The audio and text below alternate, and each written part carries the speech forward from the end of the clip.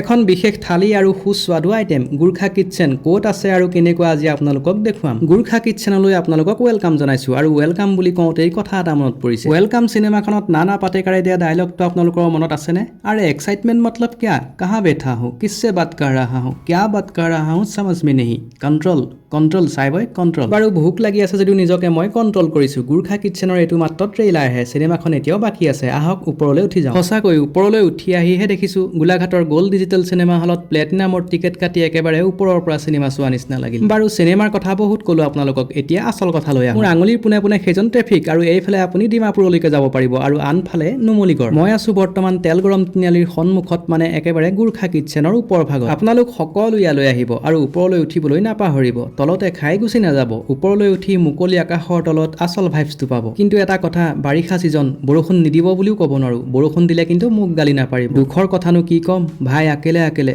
অকলে অকলে। মোৰ জীৱন সংগীয়ে বা কোনখন ৰেষ্টুৰেণ্টত কাৰ লগত খাই আছে, আইনাত থপৰাটো চালে অকলে অকলেই ঠিকে আছোঁ যেন লাগে। অকলে আছোঁ, কুশলে আছোঁ। এতিয়া আমি ভাত দুটা অৰ্ডাৰ কৰিছোঁ, ফিছ থালি 150কে, দুখন থালি অৰ্ডাৰ কৰিছোঁ। এখন তোমাৰ বাবে। ভাত আহি আছে, দেখাই আছোঁ ৰ'ব।